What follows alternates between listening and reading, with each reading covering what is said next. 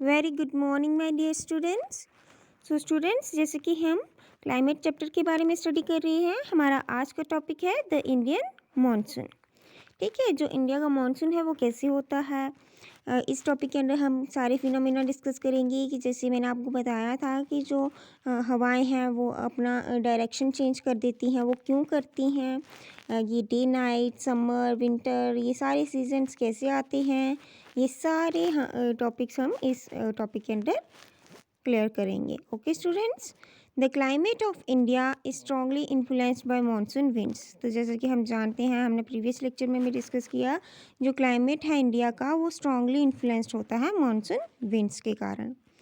बच्चों, जैसे कि मैंने आपको बताया था कि ये आ गया इक्वेटर, ठीक है, 0 डिग्री पे। अब ये जो ईस्टर्ली विंड्स फ्लो करती है ना, इस तरह से ईस्टर्ली विंड्स चलती है ना, इस तरह से ये अपनी डायरेक्शन चेंज करती हैं, यानी कि ये सीजनल रिवर्सल शो करती हैं। जैसे कि मान लीजिए कि ये समर्स में कैसे चलती हैं। समर्स में ये इस डायरेक्शन में चलती हैं, फिर जब विंटर्स आते हैं तो ये अपना सीजनल रिवर्सल शो करती हैं और इस डायरेक्शन में चलने लगती हैं। और ये जो फिनोमिना था मॉनसून विंड्स का, ये सबसे पहले किसने नोटिस किया? सेलर्स ने। कौन से सेलर्स ने? The sailors who came to India in historic times were one of the first to have notice the phenomena of the monsoon. तो जो हिस्टोरिक टाइम में वो सेलर्स आया करते थे इंडिया में ट्रेड करने के लिए, उन्होंने ये फिनोमिना सबसे पहले नोटिस किया। कैसे किया? तो होता क्या था कि समर्स में ये सेलर्स अपनी जो नाव, जो शिप, बोट लेके आनी होती थी, उसे जो है यहाँ पे इंडियन ओशन में, यहाँ पर क्या है, इंडियन ओशन ना, तो इंडियन ओशन में उतार दिया करते थे। ठीक है, और फिर ये जो हवाएं चलती थी, जैसे ये अपनी डायरेक्शन चेंज करती थी, समर्स में कैसे चल रही होती थी? ऐसे करके ना, समर्स में ये ऐसे करके चलती हैं इस डायरेक्शन में, और उन्होंने इंडिया आना होता था अरब से। तो जब विंड्स इस तरह से चल रही हैं, तो जो पहले, अब तो टेक्निकली जो है चलाई जाती हैं शिप्स, बोट, बहुत से फंक्शंस डाले हुए होते हैं, लेकिन उस टाइम पे, हिस्टोरिक टाइम्स में, ये शिप बोट्स कैसे चलती थी? विंड की मदद से। और अगर हवाओं की डायरेक्शन उस वक्त इस डायरेक्शन में है और उन्हें इंडिया आना है, तो सोचो कितना ईजी होता होगा उनके लिए। तो जब वो समर्स में अपनी नावें उतारते थे इंडियन ओशन में, तो वो ईज़िली जो है इंडिया पहुंच जाते थे। और जब वो विंटर्स में उन्होंने वापस जाना होता था, तो जैसे कि मैंने कहा, ये विंड्स सीजनल रिवर्सल शो करती हैं, तो वो यहाँ से जो है अरब बहुत ईजिली पहुंच जाते थे। और ये फिनोमिना उन्होंने सबसे पहले नोटिस किया कि ये जो विंड्स हैं ये सीज़न के साथ अपनी डायरेक्शन चेंज करती हैं, यानी कि ये सीजनल रिवर्सल शो करती हैं। तभी जो है उनकी जो बोट, शिप्स, वो जो भी लेके आया करते थे, वो उन्हें चलाने में उन्हें बिल्कुल भी कोई दिक्कत नहीं आती थी। वो बहुत ईजिली इंडिया से अरब, अरब से इंडिया पहुंच जाया करते थे। ठीक है, ऑब्वियस है, अगर आपकी शिप चल रही हो और आपकी अपोजिट डायरेक्शन में हवाएं चल रही हो, तो आपकी शिप जो है इतनी ईजिली नहीं चल पाती है। अगर हम हिस्टोरिक टाइम्स की शिप की बात करें या बोट्स की बात करें, अब तो काफ़ी ज़्यादा एडवांस्ड टेक्नोलॉजी हो गई है, बहुत सारी टेक्नोलॉजी यूज़ करके जो है शिप्स, बोट्स चलाई जाती हैं बच्चों। बट हम हिस्टोरिक टाइम की बात कर रहे हैं। ठीक है, the Arabs who had also come to India as traders name the seasonal reversal of the wind system monsoon. अब जो अरब्स इंडिया में आया करते थे ट्रेड के लिए, उन्होंने इस सीजनल रिवर्सल को क्या नाम दे दिया? मॉनसून। हमने स्टार्टिंग में पढ़ा था बच्चों कि जो मॉनसून है वो किससे डेराइव किया गया है? अरेबिक वर्ड मौसम से, which means seasonal reversal of the wind system. ठीक है, सो स्टूडेंट्स, ये देखिए आपकी बुक में 2 मैप दिए गए हैं जो एटमॉस्फेरिक कंडीशन शो कर रहे हैं कि month of June and month of January की, यानी कि समर और विंटर की। ये देखिए, समर में जो है विंड्स किस डायरेक्शन में है? इस डायरेक्शन में। ठीक है, इस डायरेक्शन में चल रही है ना। लेकिन जनवरी यानी कि विंटर में ये इनकी डायरेक्शन कैसी है? इस तरह से। तो आपने देखा ना कि ये सीजनल रिवर्सल शो करती हैं विंड्स। ठीक है, now students, the monsoons are experienced in tropical area roughly between 20 degree north and 20 degree south. तो जो मानसून है वो कौन से एरिया में एक्सपीरियंस किया जाता है? ट्रॉपिकल एरिया में। रफली अगर हम बात करें तो 20 डिग्री नॉर्थ और 20 डिग्री साउथ के एरिया में, ठीक है। यानी कि ये मान लीजिए ग्लोब है और ये उसका इक्वेटर है 0 डिग्री, तो 20 डिग्री नॉर्थ, ये ज़्यादा ऊपर हो गया बच्चे, यहाँ 20 डिग्री नॉर्थ और 20 डिग्री साउथ, इस एरिया में जो है ये मानसून एक्सपीरियंस किया जाता है। To understand the mechanism of monsoons, the following facts are important. अगर हमें मानसून्स का पूरा मैकेनिज़्म समझना है कि ये कैसे होते हैं, तो इसके लिए हमें कुछ फैक्ट्स को समझना होगा। First, the differential heating and cooling of land and water, the shift of position of intertropical convergence zone ITCZ। बच्चों आपको याद आया होगा, मैंने आपको प्रीवियस लेक्चर में कहा था कि इसके बारे में डिटेल में हम कब पढ़ेंगे? इंडियन मानसून के अंदर, ठीक है। Next, the presence of high pressure area east of Madagascar. Next, the Tibetan plateau gets intensely heated. And the last one, the movement of westerly jet stream to the north of Himalayas, ठीक है। इन 5 facts को जब हम समझेंगे तो हमें जो Indian monsoon है उसका मैकेनिज़्म समझने में इजी होगा। तो सबसे पहले, the differential heating and cooling of land and water creates low pressure on land mass of India while the seas around experience comparatively high pressure। तो बच्चों होता क्या है कि जो लैंड है उस पर लो प्रेशर बनता है और जो सीज होती हैं उस पर हाई प्रेशर। ऐसा क्यों? क्योंकि जो लैंड होती है बच्चों वो जल्दी गर्म होके जल्दी ठंडी हो जाती है, लेकिन जो सीज है वो सी वाटर जो हो गया या ओशंस वाटर जो भी वो टाइम लेता है गर्म होने में और ठंडा होने में भी टाइम लेता है। इसीलिए जो ओशन हो गई या सी हो गई उस पर क्या क्रिएट होता है? High pressure. तो आपको मैंने पहले भी बताया था जो विंड्स हैं वो किस तरफ चलती हैं? हाई प्रेशर से लो प्रेशर की तरफ, ठीक है। तो अब बच्चों देखो, जो ओशंस हैं उनमें क्या है? High pressure. तो हाई प्रेशर से लो प्रेशर यानी कि लैंड की तरफ विंड्स चलेंगी। जब विंड्स ओशन से होते हुए जाएंगी तो वो अकेले नहीं जाएंगी, वो ओशन से क्या लेती जाएंगी? वाटर लेती जाएंगी, सॉरी मॉइस्चर लेती जाएंगी, ठीक है। अपने साथ छोटे छोटे जो वेपर्स होंगे उन्हें लेते हुए जाएंगी और यही जो वेपर्स हैं फिर वो जब लैंड पे पहुंचेंगी यानी कि इंडिया में पहुंचेंगी तो ये प्रेसिपिटेट कर देंगी, ये हवाएं जो हैं उस मॉइस्चर को प्रेसिपिटेट कर देगी in the form of rain, और इसी वजह से जो है रेन होती है मानसून में। अब समझ में आ गया ना। बट ये है कि ये एक फैक्टर है, ऐसा नहीं है कि सिर्फ इसी फैक्टर की वजह से वो रेन होती है, और भी फैक्टर्स हैं, लेकिन इस फैक्टर का ये काम है कि क्या होता है? हाई प्रेशर से लो प्रेशर की तरफ सरफेस विंड चलती है और वो अपने साथ मॉइस्चर लेके जाती है, वही मॉइस्चर जो है इंडिया में प्रेसिपिटेट हो जाता है in the form of rain, ठीक है। ये देखो बच्चों, जैसे कि ऐसे भी याद रख सकते हो आप, ये कौन सी डायरेक्शन होती है? नॉर्थ, ये साउथ, ईस्ट, वेस्ट। अब जो हवाएं हैं सरफेस विंड्स हैं वो कैसे चलती हैं? इस तरह से, यानी कि साउथ वेस्ट विंड्स। समझ में आया हम क्यों कहते हैं साउथ वेस्ट विंड्स? इन्हें साउथ वेस्ट विंड्स इस तरह से, ठीक है। अब नेक्स्ट है the shift of the position of intertropical convergence zone. Okay,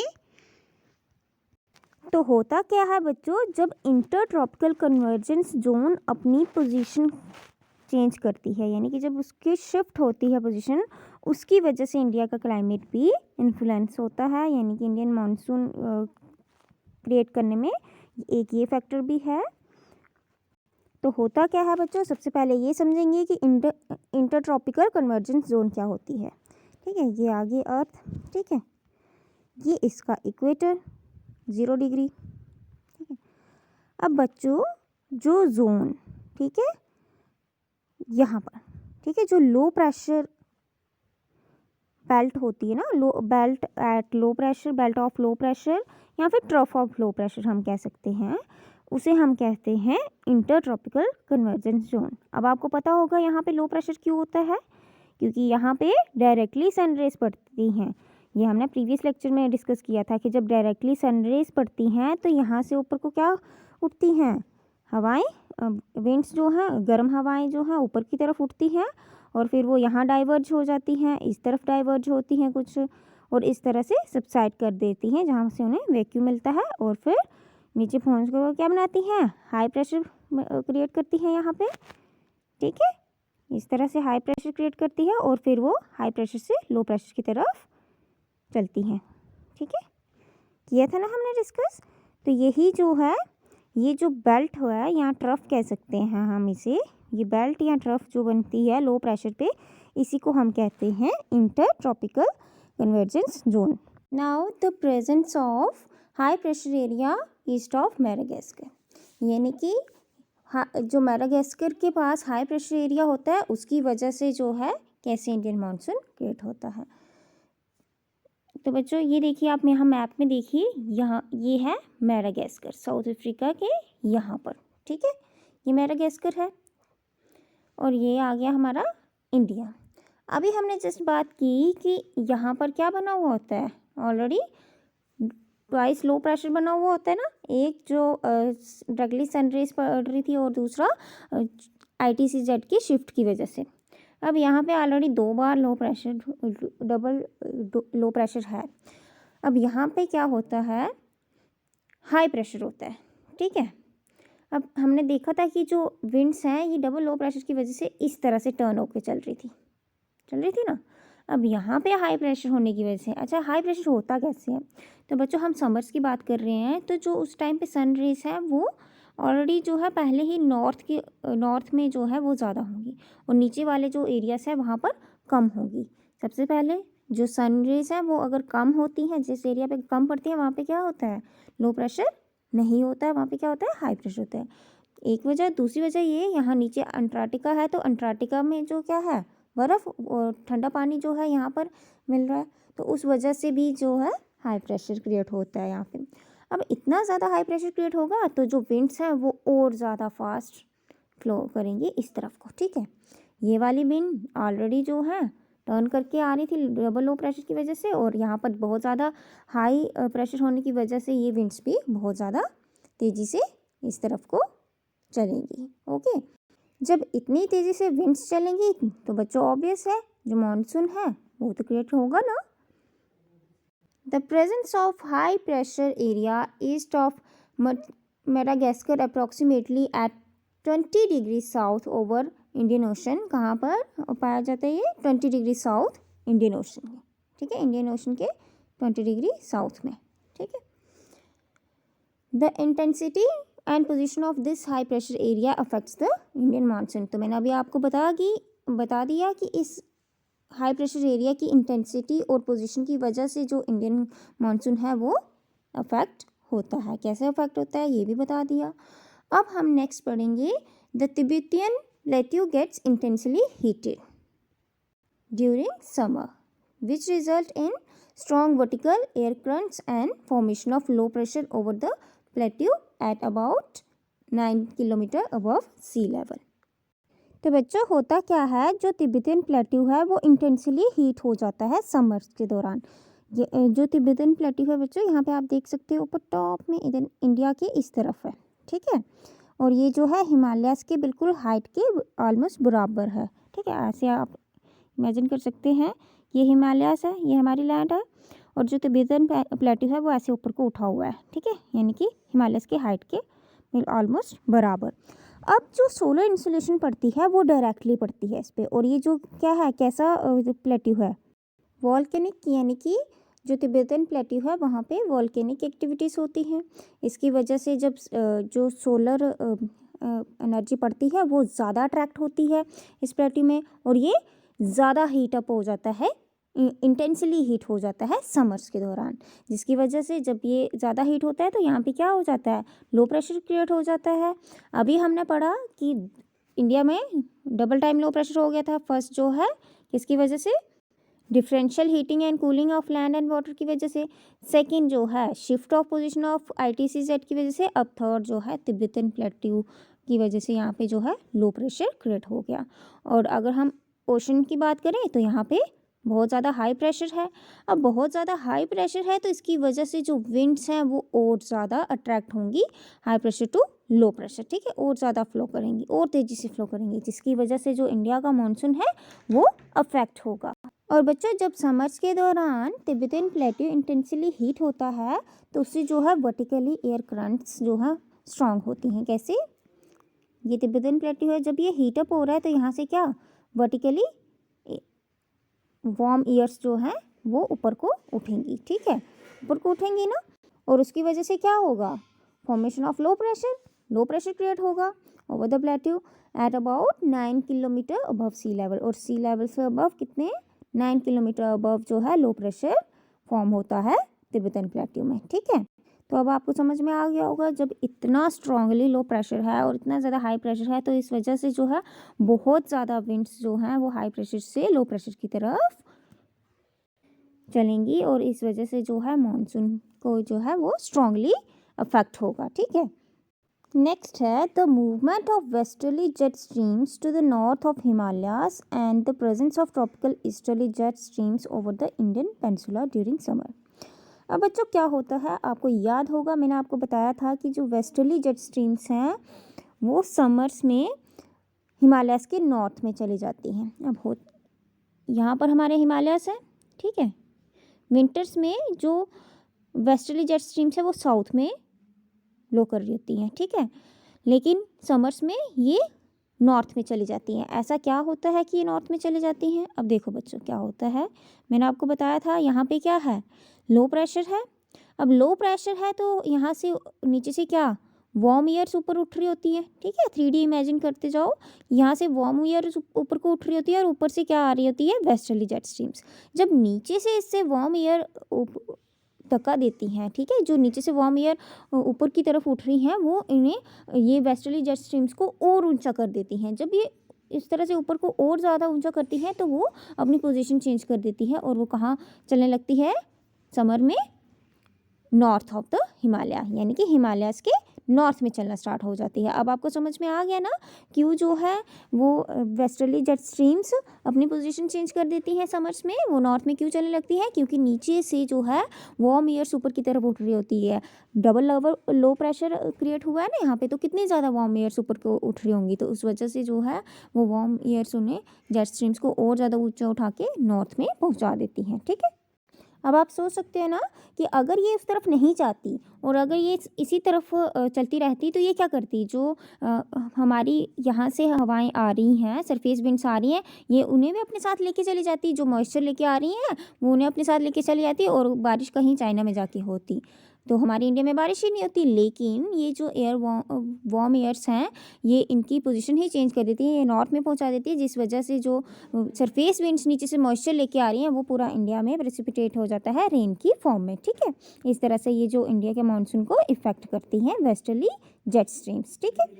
और बच्चों जो ट्रॉपिकल ईस्टर्ली जेट स्ट्रीम्स होती हैं वो क्या करती हैं? वो यहाँ पे सबसाइड कर जाती हैं और यहाँ पर जो है इस वजह से जो हाई प्रेशर जो है उसको इंटेंस कर देती हैं, और जब यहाँ पर हाई प्रेशर जो है वो और ज़्यादा इंटेंस हो जाता है तो और ज़्यादा जो विंड्स हैं वो अपने साथ मॉइस्चर लेके जाती हैं इंडिया की तरफ, जिस वजह से इंडिया का जो मानसून है वो अफेक्ट होता है, ओके।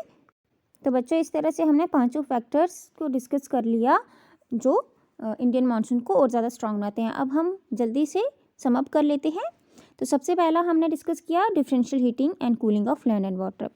लैंड पे जो है वो लो प्रेशर होता है और जो ओशंस हैं वहाँ पर क्या होता है? हाई प्रेशर होता है, जिसकी वजह से जो विंड्स हैं वो हाई प्रेशर से लो प्रेशर की तरफ चलती हैं, ठीक है। सेकेंड हमने डिस्कस किया शिफ्ट ऑफ, जब जो ITCZ है वो शिफ्ट हो जाता है समर्स में यहाँ गंगा प्लेन्स के ऊपर, तो जिसकी वजह से यहाँ पे जो है लो प्रेशर और ज़्यादा इंटेंसिफाई हो जाता है। जब लो प्रेशर और ज़्यादा इंटेंसिफाई हो जाता है तो इसकी वजह से और ज़्यादा विंड्स जो हैं वो अट्रैक्ट होने लगती हैं हाई प्रेशर से लो प्रेशर की तरफ। थर्ड हमने डिस्कस किया the presence of high pressure area east of Madagascar, ठीक है, यानी कि यहाँ मडागास्कर के पास जो है हाई प्रेशर था, बहुत ज़्यादा हाई प्रेशर था, उसकी वजह से जो है और ज़्यादा विंड्स जो हैं अपने साथ मॉइस्चर लेके इंडिया की तरफ जाती हैं। नेक्स्ट हमने डिस्कस किया कि जो तिब्बतन प्लेट्यू है यहाँ पर ऊपर वो जो है समर्स में और ज़्यादा हीट हो जाता है और वो और ज़्यादा लो प्रेशर को इंटेंसिफाई करता है, जिसकी वजह से और ज़्यादा जो सरफेस विंड्स हैं वो अट्रैक्ट होती हैं। एंड देन हमने डिस्कस किया कि जो वेस्टर्ली जेट स्ट्रीम्स जो यहाँ से आ रही होती हैं वो समर्स में अपनी पोजीशन चेंज करती हैं, वो हिमालयस के नॉर्थ में बहने लगती हैं, चलने लगती हैं, और इसकी वजह से जो है यहाँ पर बीच में जो है यहाँ पे वैक्यूम क्रिएट हो जाता है, यहाँ पर वैक्यूम क्रिएट हो जाता है क्योंकि यहाँ से जो है उन्होंने अपनी पोजीशन चेंज कर दी, नॉर्थ में चल रही हैं वो विंड्स, तो इसकी वजह से जो है हमें और ज़्यादा विंड्स के लिए ये जो ओशन से अपना मॉइस्चर लेके आ रही हैं जो विंड्स, उनको लिए हमें और ज़्यादा स्पेस मिल जाती है, ठीक है।